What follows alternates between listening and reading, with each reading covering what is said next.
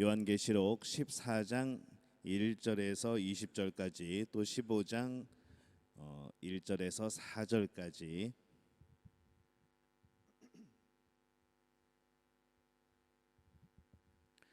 말씀이 깁니다. 우리 한 목소리로 함께 봉독하겠습니다. 또 내가 보니 보라 어린 양이 시온산에 섰고 그와 함께 14만 4천이 서 있는데 그들의 이마에는 어린 양의 이름과 그 아버지의 이름을 쓴 것이 있더라. 내가 하늘에서 나는 소리를 들으니 많은 물소리와도 같고 큰 우레소리와도 같은데 내가 들은 소리는 검은 고 타는 자들이 그 검은 고를 타는 것 같더라. 그들이 보좌 앞과 내 생물과 장로들 앞에서 새 노래를 부르니 땅에서 속량함을 받은 14만 4천 밖에는 능히 이 노래를 배울 자가 없더라. 이 사람들은 여자와 더불어 더럽히지 아니하고 순결한 자라. 어린 양이 어디로 인도하든지 따라가는 자며 사람 가운데에서 속량함을 받아 처음 익은 열매로 하나님과 어린 양에게 속한 자들이니 그 입에 거짓말이 없고 흠이 없는 자들이더라. 또 보니 다른 천사가 공중에 날아가는데 땅에 거주하는 자들 곧 모든 민족과 종족과 방언과 백성에게 전할 영원한 복음을 가졌더라. 그가 큰 음성으로 이르되 하나님을 두려워하며 그에게 영광을 돌리라. 이는 그의 심판의 시간이 이르렀음이니 하늘과 땅과 바다와 물들의 군원을 만드신 이를 경배하라 하더라. 또 다른 천사 곧 둘째가 그 뒤를 따라 말하되 무너졌도다 무너졌도다 큰 성 바벨론이여 모든 나라에게 그의 음행으로 말미암아 진노의 포도주를 먹이던 자로다 하더라.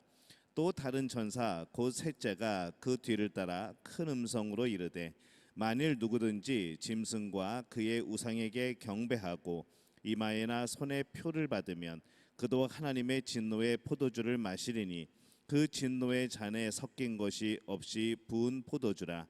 거룩한 천사들 앞과 어린 양 앞에서 불과 유황으로 고난을 받으리니 그 고난의 연계가 세세토록 올라가리로다. 짐승과 그의 우상에게 경배하고 그의 이름표를 받는 자는 누구든지 밤낮 쉼을 얻지 못하리라 하더라. 성도들의 인내가 여기 있나니 그들은 하나님의 계명과 예수에 대한 믿음을 지키는 자니라. 또 내가 들으니 하늘에서 음성이 나서 이르되 기록하라. 지금 이후로 주 안에서 죽는 자들은 복이 있도다 하시매 성령이 이르시되 그러하다. 그들이 수고를 그치고 쉬리니 이는 그들의 행한 일이 따름이라 하시더라. 또 내가 보니 흰 구름이 있고 구름 위에 인자와 같은 이가 앉으셨는데 그 머리에는 금 면류관이 있고 그 손에는 예리한 낯을 가졌더라. 또 다른 천사가 성전으로부터 나와 구름 위에 앉은 이를 향하여 큰 음성으로 외쳐 이르되 당신의 낫을 휘둘러 거두소서. 땅의 곡식이 다 익어 거둘 때가 이르렀음이니이다 하니 구름 위에 앉으신 이가 낫을 땅에 휘두르매 땅의 곡식이 거두어지니라. 또 다른 천사가 하늘에 있는 성전에서 나오는데 역시 예리한 낫을 가졌더라. 또 불을 다스리는 다른 천사가 제단으로부터 나와 예리한 낫을 가진 자를 향하여 큰 음성으로 불러 이르되 내 예리한 낫을 휘둘러 땅의 포도송이를 거두라. 그 포도가 익었느니라 하더라. 천사가 낫을 땅에 휘둘러 땅의 포도를 거둠에 하나님의 진노의 큰 포도주 틀에 던짐에 성 밖에서 그 틀이 밟히니 틀에서 피가 나서 말 굴레까지 닿았고 1600 스타디온에 퍼졌더라. 또 하늘에 크고 이상한 다른 이적을 보매 일곱 천사가 일곱 재앙을 가졌으니 곧 마지막 재앙이라. 하나님의 진노가 이것으로 마치리로다.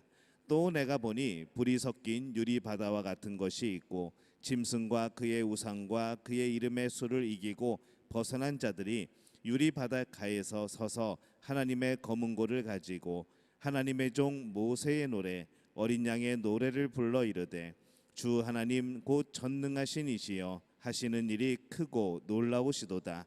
만국의 왕이시여 주의 길이 의롭고 참되시도다. 주여 누가 주의 이름을 두려워하지 아니하며 영화롭게 하지 아니하오리까. 오직 주만 거룩하시니이다. 주의 의로우신 일이 나타났음에 만국이 와서 주께 경배하리이다 하더라. 아멘. 수고하셨습니다. 말씀이 굉장히 긴데 오늘은 이렇게 몇 주 구절을 빼가지고 읽을 수가 없는 말씀이라 이렇게 연결해서 이렇게 전부 다 봉독을 했습니다. 우리 요한계시록 말씀을 계속 나누고 있습니다.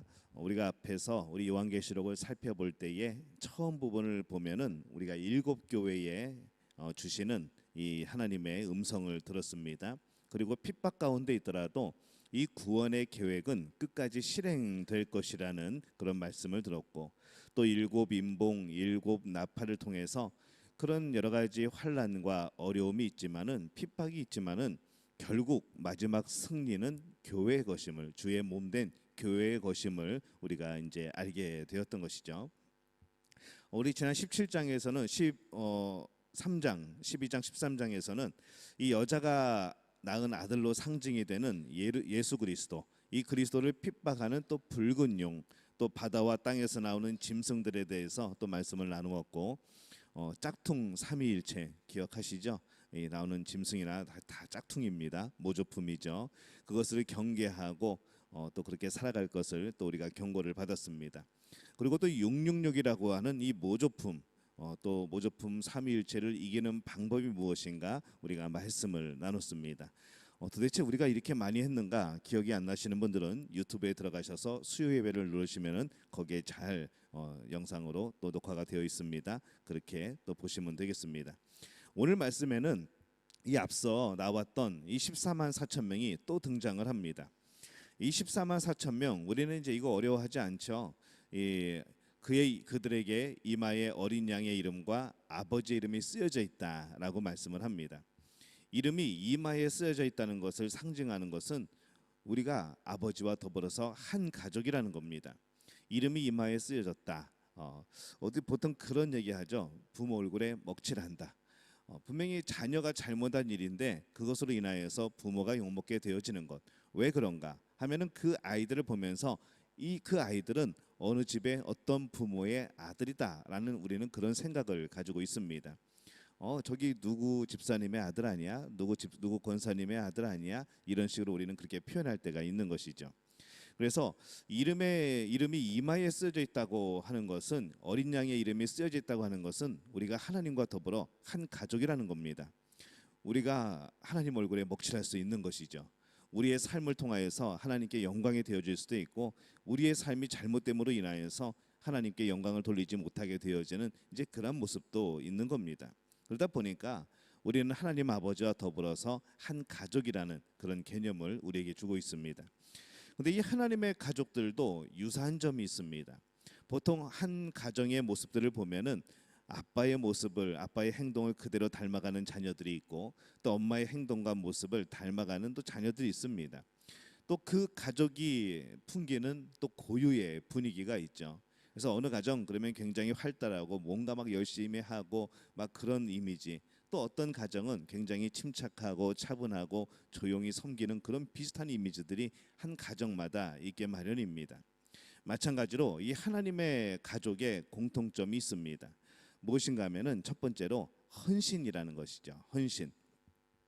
요한계시록 14장 4절에서 5절 말씀에 보면은 이렇게 말씀을 합니다. 우리 함께 읽습니다. 이 사람들은 여자와 더불어 더럽히지 아니하고 순결한 자라. 어린 양이 어디로 인도하든지 따라가는 자며 사람 가운데서 속량함을 받아 처음 익은 열매로 하나님과 어린 양에게 속한 자들이니 그 입에 거짓말이 없고 흠이 없는 자들이더라. 이렇게 말씀을 합니다. 이 하나님의 가족, 이 첫 번째 특징이 헌신이라는 것인데, 이 헌신을 말하면서 이 구절의 말씀은 음행이라는 것에 대해서 말씀을 합니다. 근데 그 음행을 뭐라고 표현하는가 하면은 여자와 더불어 더럽히지 않은, 이렇게 표현을 하죠. 이것은 어떤 의미인가 하면은 무조건 여자랑 같이 있으면은 더럽혀지는가, 굉장히 우리 여성분들의 기분이 나빠지는 것이죠. 성경에 이런 표현이 굉장히 많이 나옵니다. 여자와 더불어 더럽혀지는 것, 또 뭐 음행, 이제 이런 이야기들이 나오는데, 이런 말씀은 어떤 것인가 하면은 이 영적인 면에 있어서 이제 그런 의미를 많이 상징을 합니다. 세상을 우상으로 삼고 살아가는 사람, 이 세상의 것을 하나님처럼 삼고 살아가는 사람, 그것이 바로 여자와 더불어 더럽히는 자의 모습, 또 음행하는 자의 모습, 우상을 섬기는 자의 모습, 그렇게 표현이 되어지는 것이죠. 이 헌신, 세상을 우상으로 삼지 않고 하나님을 나의 주인으로 삼고 살아가는 것. 주인이라고 하는 것은 내가 헌신하는 대상입니다. 그 사람이, 그분이 나의 주인이기 때문에 내가 그분께 헌신하는 것이죠. 그래서 이것이 하나님의 가족의 공통점입니다. 그 첫 번째가 헌신이라는 것이죠.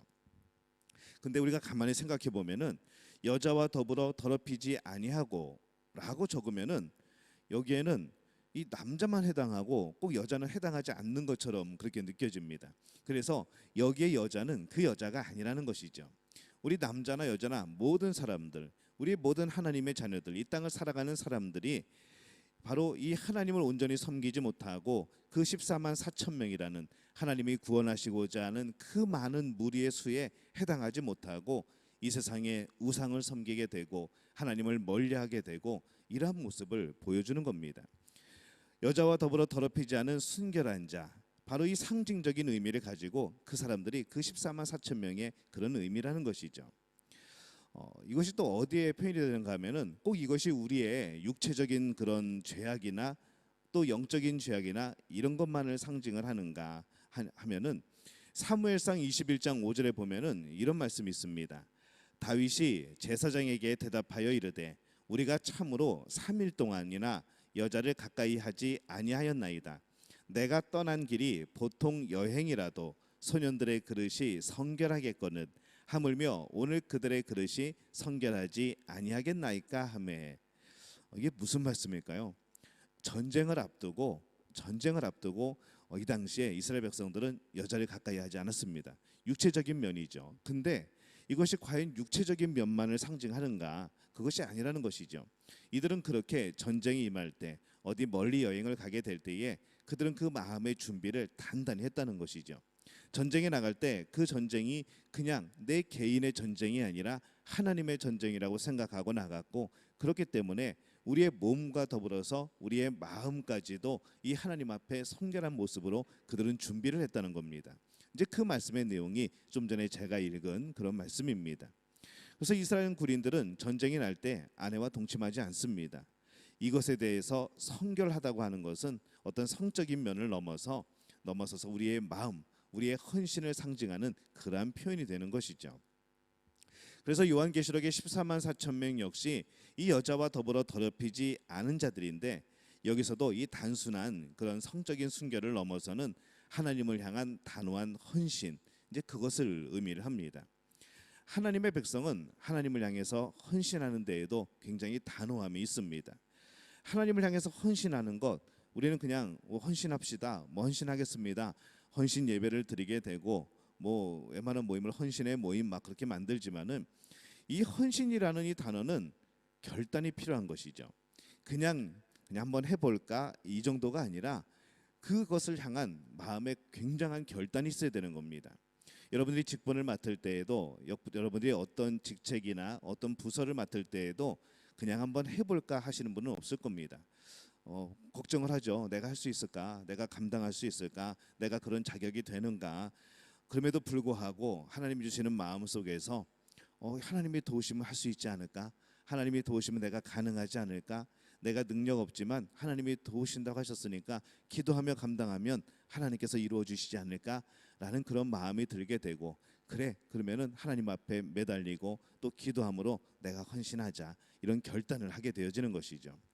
그냥 어떤 이야기를 할 때 제가 할게요 라는 그런 분은 거의 없습니다. 이미 그렇게 대답하시는 분들은 그 평소에 마음에 이미 헌신이 되어 있고 결단하시는 분들이고, 고민 좀 해볼게요, 조금 생각 좀 해볼게요, 기도해 볼게요, 이런 분들은 이제 그 헌신을 하기 위해서 단호한 결정을 내리기 위해서 준비하는 그런 모습이 되어지는 겁니다. 예전에 미국 해병대 모집 광고에 보면은 이런 이야기가 있습니다. 뭐라고 되어 있는가 하면은 우리는 지원서를 받지 않습니다. 그러나 헌신서를 받습니다. 이렇게 표현하는 걸 봤습니다. 이게 우리의 모습이기도 하죠. 우리는 뭔가를 지원하는 사람들이 아니고 헌신하는 사람들이라는 것이죠. 그냥 서류 한 장 내고 우리가 그냥 여러 가지 필요한 자격 조건에 필요한 지원을 하는 사람들이 아니고 우리는 헌신하는 사람들입니다. 하나님 앞에 우리의 모든 것을 바쳐 일을 하는 사람들이라는 것이죠. 그래서 우리 교회 제자 훈련이나 성경 공부를 할 때에 이 신청서를 받는 것이 아니라 사실 헌신서를 받아야 되는 것 아닌가라는 생각도 해보는 것이죠. 선교 헌금, 우리가 선교 후원금 이 작정서를 낼 게 아니고 선교 헌금 우리가 헌신서를 받아야 되는 거 아닌가, 그런 생각도 해보게 됩니다. 우리의 모든 하나님을 향한 마음은 헌신이라는 겁니다. 근데 그게 이상한 것이 아니고 특별한 것이 아니고 하나님의 자녀들, 하나님의 가족들의 공통된 점은 이 헌신이라는 것이죠. 우리 하나님의 가족들은 그렇게 미련하고 막 흐리멍텅하고 그런 사람들이 아닙니다. 하나님의 가족, 우리 성도들은 하나님을 향한 헌신이 날마다 우리 마음속에 있습니다. 대충대충 하는 게 아니라 헌신이 있는 사람이라야 어린 양의 이름이 이마에 새겨진 하나님의 백성인 것이죠. 그래서 여러분들이 헌신할 때 그 사람은, 성령이 인도하는 그 사람은 그 이마에 어린 양의 이름이 새겨져 있는 사람이라는 겁니다. 어린 양의 이름이 새겨진 것, 어린 양이 누굽니까? 예수 그리스도시죠. 그분이 우리 마음속에 있는 것, 성령님의 역사이죠. 그래서 이 하나님의 가족은 늘 성령과 더불어서 성령과 동행하는 사람들이라는 겁니다. 그래서 이 하나님의 가족은 헌신의 삶이 뒷받침되는 겁니다. 하나님께 지원서를 내는 사람이 아니라 헌신서를 내는 사람, 이 사람이 하나님의 가족이라는 것이죠. 근데 그 헌신이 정말 순결한 하나님을 향한 그런 일편단심의 그런 순결한 헌신인가, 이것을 우리가 늘 살펴봐야 되는 겁니다. 그래서 이 하나님의 가족의 공통점 첫 번째는 헌신입니다. 자, 그러면 두 번째는 뭔가 하니까 이 하나님의 가족의 공통점의 두 번째는 새 노래를 부른다는 것이죠. 오늘 말씀에 보면은 14장에 14만 4천 명을 보니 시온을 향해 행군하는 거대한 군대 같은 그런 모습이 나옵니다. 그들이 정말 그 많은 사람들이 일사불란하게 움직이죠. 우리가 예전에 국군의 날 행사할 때 아니면은 열병식 할 때 그럴 때 보면은 그 수많은 사람들이 한 동작으로 하나같이 똑같이 움직입니다. 근데 그 규모가 엄청나게 클 때 한번 상상을 해보면은 군인들이 이동하면서 군가를 부르고 그런 모습을 보이죠. 웅장하고 굉장히 멋있고 막 그렇습니다. 근데 이 하나님의 군대가 부르는 군가, 이것이 바로 새 노래라는 겁니다. 이 노래는 무엇을 노래할까요? 하나님의 권능을 노래하고 하나님의 영광을 찬양하고 하나님을 향하여서 우리의 마음의 모든 것을 드리는 그런 노래일 겁니다. 이 노래는 누가 부를 수 있을까요? 세상 사람이 부를 수 있을까요? 하나님의 자녀가 아닌 사람들이 부를 수 있을까요? 아니죠. 이 노래는 하나님의 자녀만 부를 수 있는 겁니다. 하나님의 자녀 가족만 부를 수 있는 것이죠. 요한계시록 14장 1절에서 2절에 보면은 이렇게 말씀을 합니다. 우리 함께 읽겠습니다. 또 내가 보니 보라, 어린 양이 시온산에 섰고 그와 함께 14만 4천이 서 있는데 그들의 이마에는 어린 양의 이름과 그 아버지의 이름을 쓴 것이 있더라.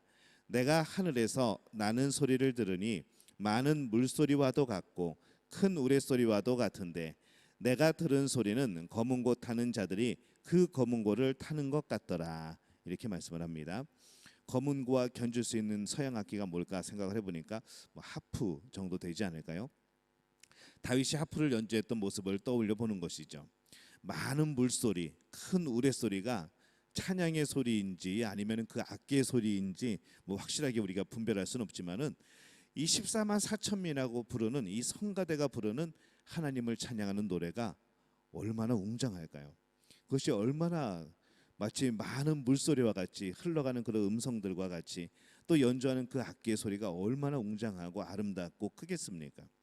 그래서 문득 사도 요한이 들었던 소리는 어떤 소리였을까 이제 궁금해지는 것이죠.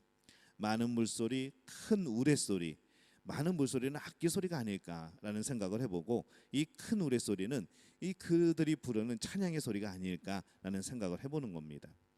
근데 이 많은 물소리라고 한번 생각해 보게 될 때에 우리는 시냇물이 이렇게 작은 시냇물이 흐르는 쫄쫄쫄 흘러가는 한국 단어 말의 표현은 이게 참 좋습니다. 쫄쫄쫄 쫄쫄쫄 찔찔찔 막 이렇게 흘러가는 굉장히 표현하기가 좋은데 작은 시냇물이 흘러가는 그런 쫄쫄쫄 흘러가는 소리, 우리는 이것을 많은 물소리라고 하지 않죠. 근데 그 시냇물에 평소에는 물이 조금씩 쫄쫄쫄 흘렀는데 비가 많이 와가지고 막 계곡이 되어지고 막 물이 엄청나게 흘러내려오면은 이제 그때는 쫄쫄쫄이 아니고 엄청난 물소리가 나게 됩니다. 급류가 되어지고 그렇죠.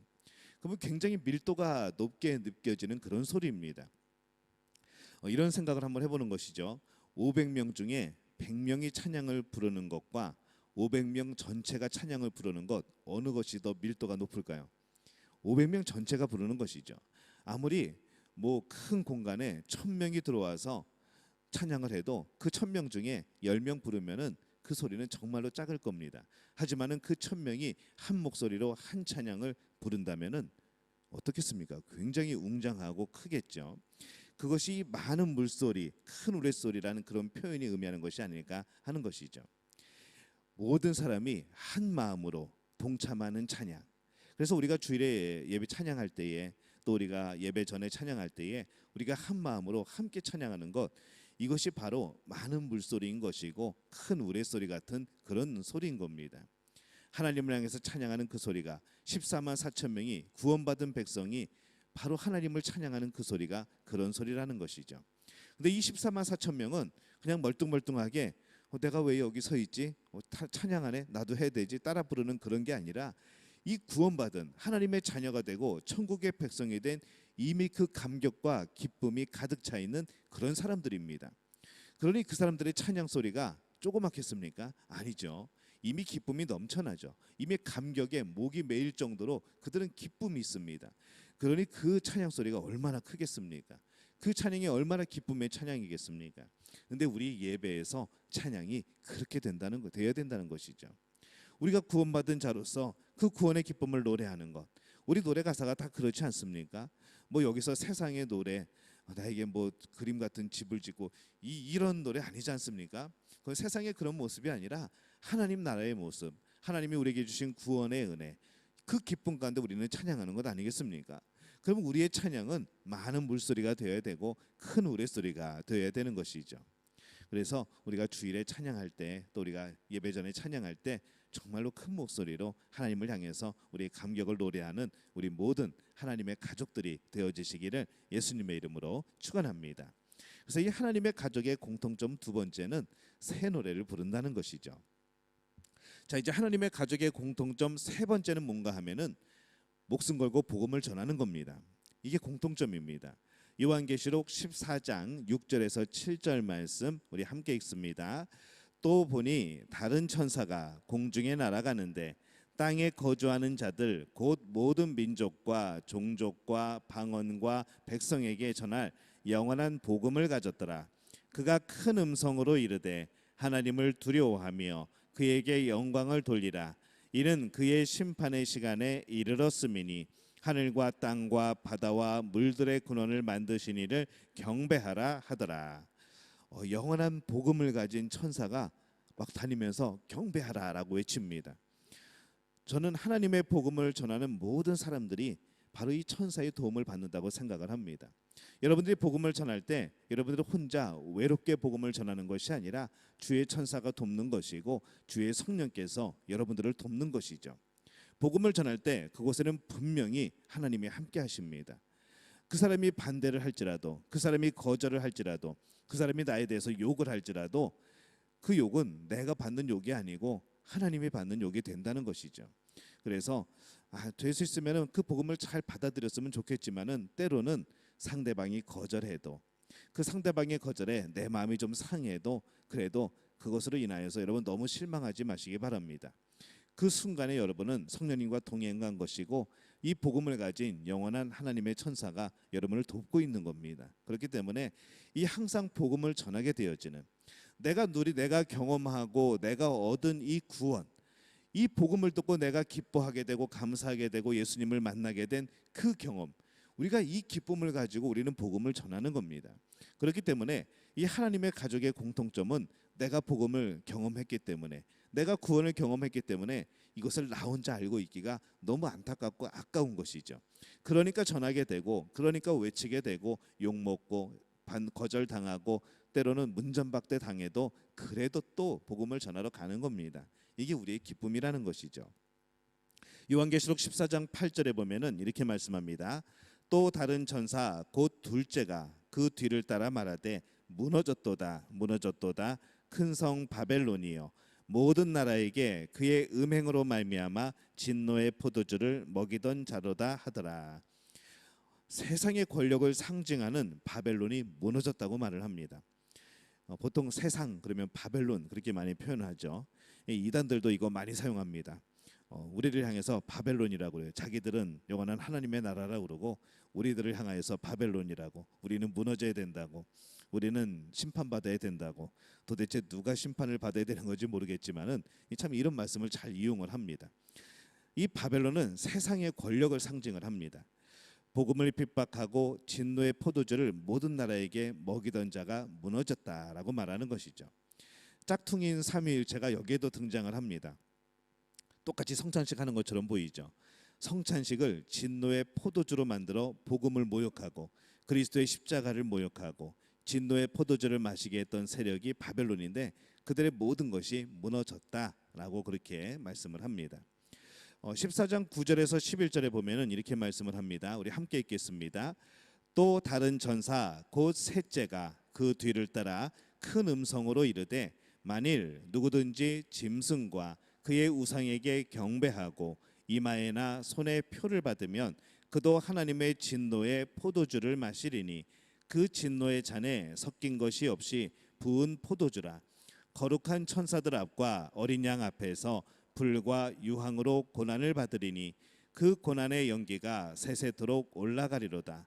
짐승과 그의 우상에게 경배하고 그의 이름표를 받는 자는 누구든지 밤낮 쉼을 얻지 못하리라 하더라. 아멘. 이 말씀에는 우상 숭배자를 심판하는 내용이 나오죠. 불유황이 나오니까 보통 옛날에 우리가 많이 듣던 지옥에는 불과 유황이 있어. 그래서 막 뜨겁게 고통을 당해. 이제 우리가 그런 이야기를 참 많이 들었는데 요한계시록은 과학책이나 어떤 신문의 어떤 그런 칼럼이나 논문이 아닙니다. 요한계시록은 뭐와 같다고 그랬죠? 그림책 같다고 말씀을 드렸습니다. 실제 심판의 모습이 불과 유황일지 그것은 모르겠습니다.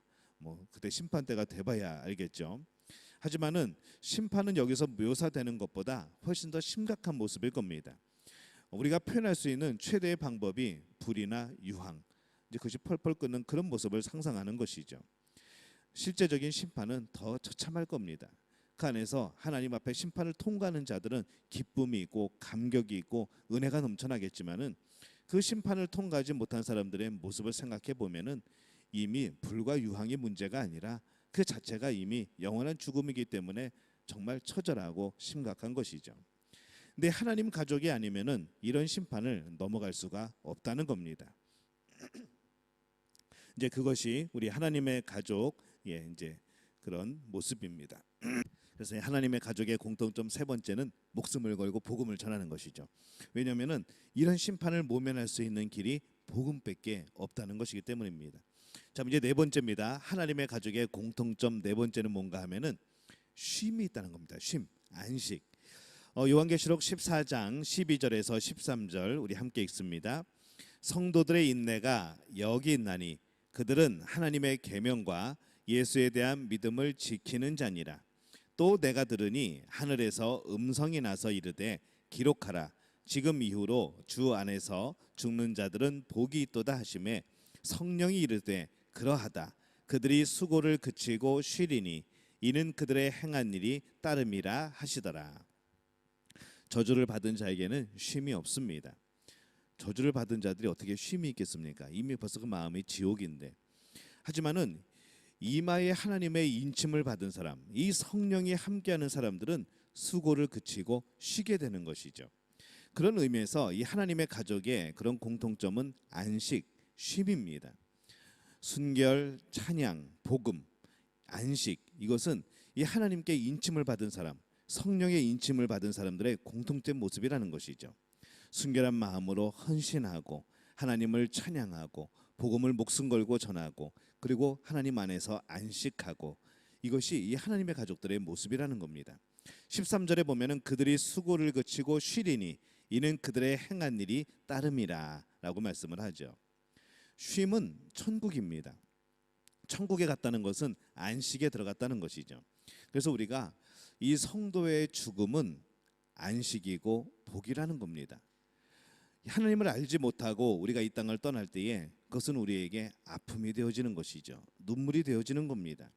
하지만 우리가 예수님을 영접하고 성령의 사람으로 살다가 우리가 하나님의 나라에 갈 때 그것은 정말 안식이고 복인 겁니다. 그래서 우리는 뭐 이제 그렇게 표현하죠. 천국 환송 예배 그런 표현을 많이 쓰기도 하고 뭐 그렇습니다. 그래서 이 천국에 가는 것을 환송해 주는 거죠. 나중에 또 봐, 금방 만나게 될 거야. 그러면서 이제 우리는 그렇게 예배를 드리게 됩니다. 사람이 쉬지 못하는 이유가 뭘까요? 일이 안 끝나면은 못 쉬는 겁니다. 일이 안 끝나면 못 쉬는데 우리가 쉬게 될 때는 언제인가? 우리의 일이 끝나면 우리는 쉬게 되는 것이죠.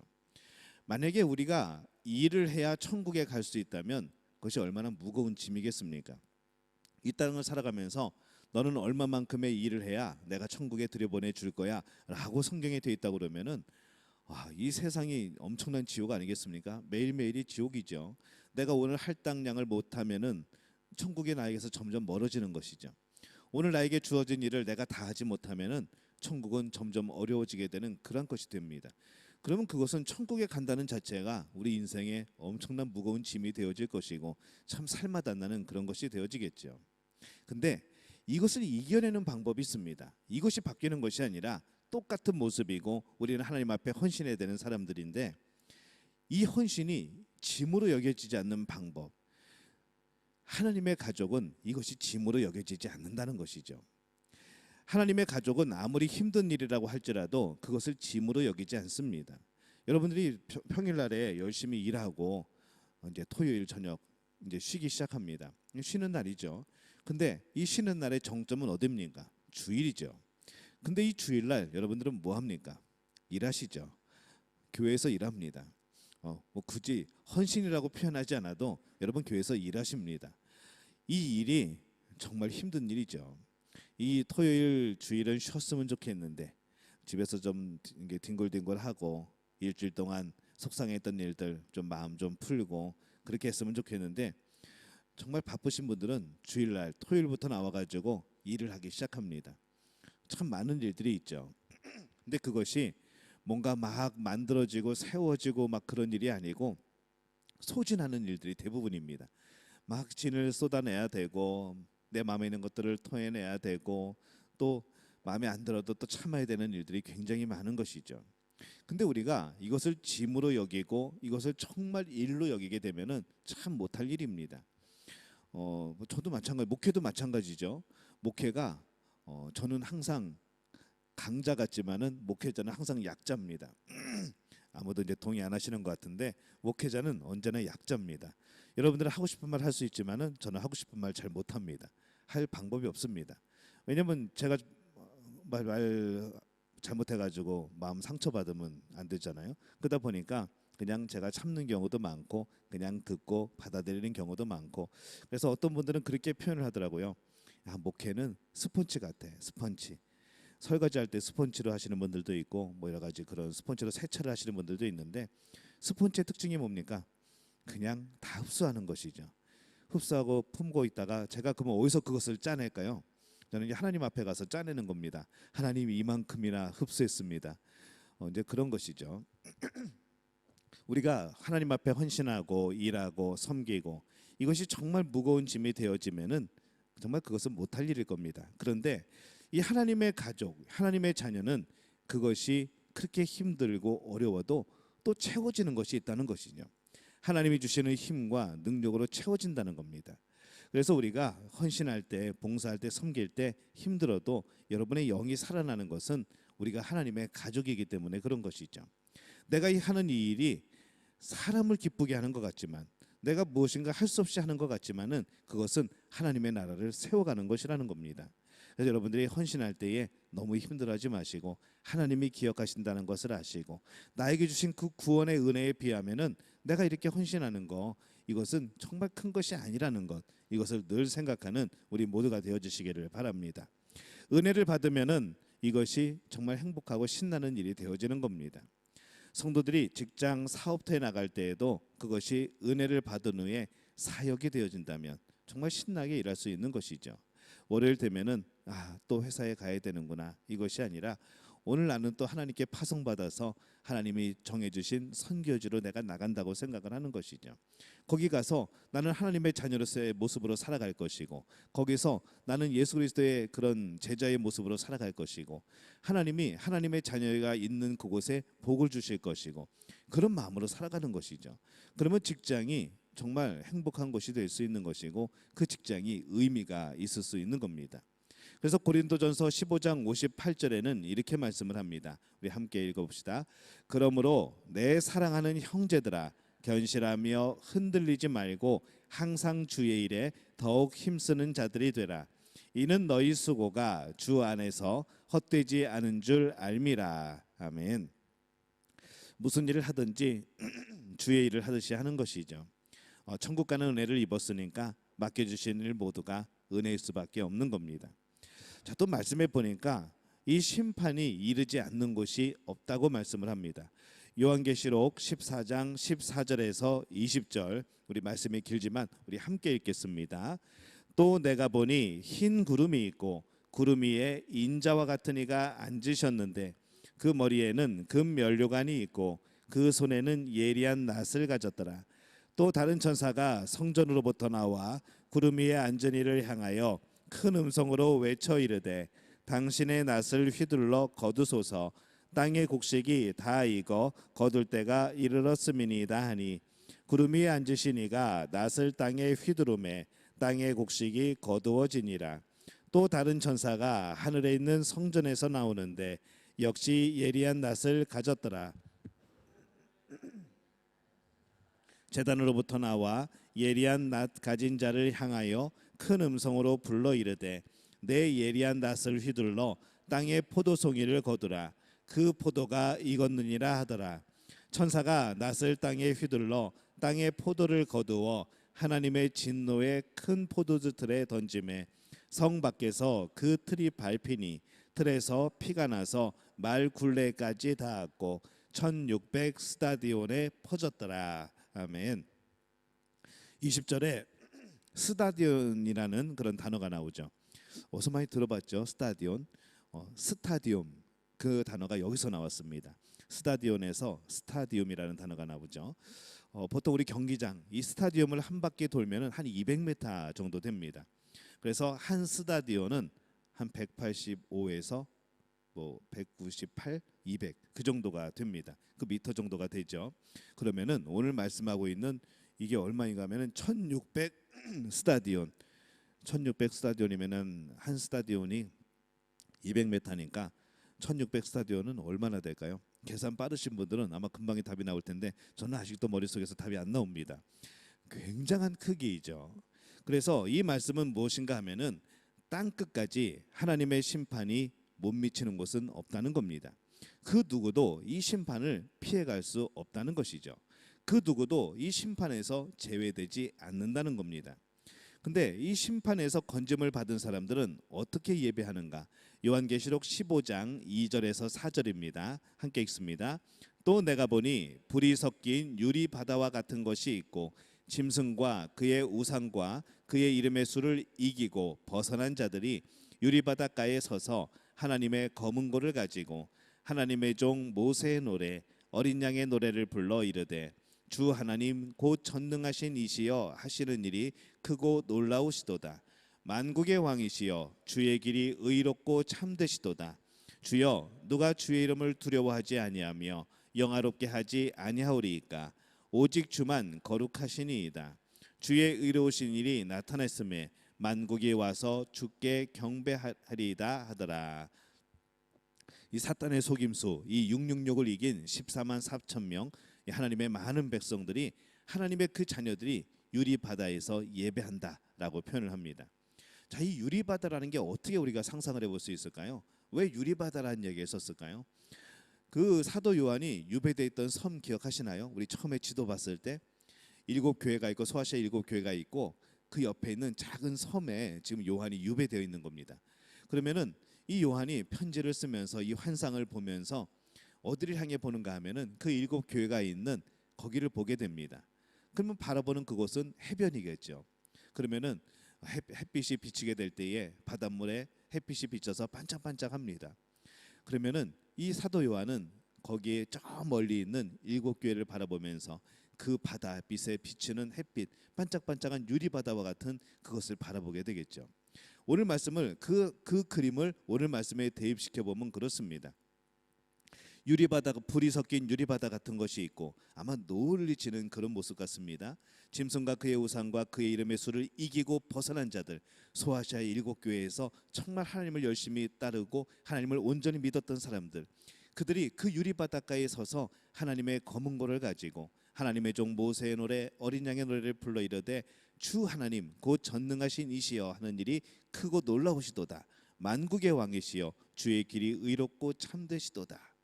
이렇게 그들이 찬양하는 상상을 하는 것이죠. 그런 환상을 보는 겁니다.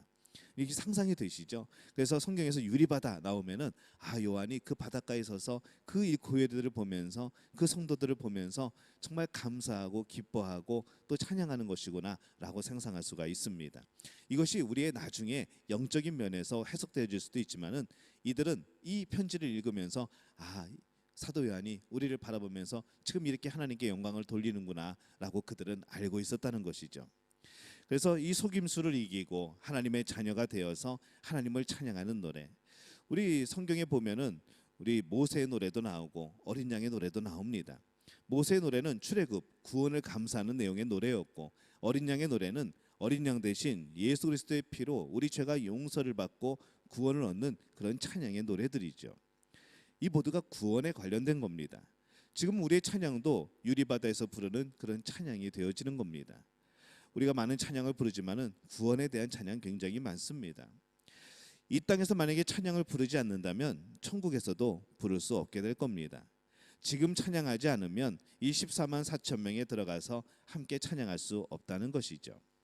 하나님 가족의 유사성은 찬양, 밀도 있는 찬양입니다. 찬양은 아무나 부르는 것이 아닙니다. 우리 성가대 쓰죠. 우리 찬양대 쓰죠. 우리 함께 예배할 때 찬양하죠. 이 찬양은 아무나 부르는 게 아닙니다.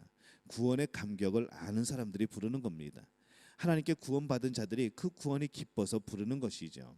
그래서 우리가 이 14만 4천 명 외에는 예루살렘에서 새 노래를 부를 자는 없는 겁니다. 왜냐하면 거기에 들어가지도 못할 테니까. 그래서 우리가 정말 하나님의 자녀로서 하나님의 가족으로서 순결한 헌신, 또 하나님을 향한 찬양, 또 그 안에서의 안식의 모습, 또 끝까지 주의 복음을 전하는 그런 모습이 되어지시기를 바랍니다. 우리 믿음의 가족들은 하나님의 가족들입니다. 하나님의 가족들은 이런 모습이 나타나는 것이죠. 바라기는 우리 안에 이 헌신과 찬양과 복음 전함과 이 안식의 모습이 날마다 넘쳐나게 되어지시기를 예수님의 이름으로 축원합니다.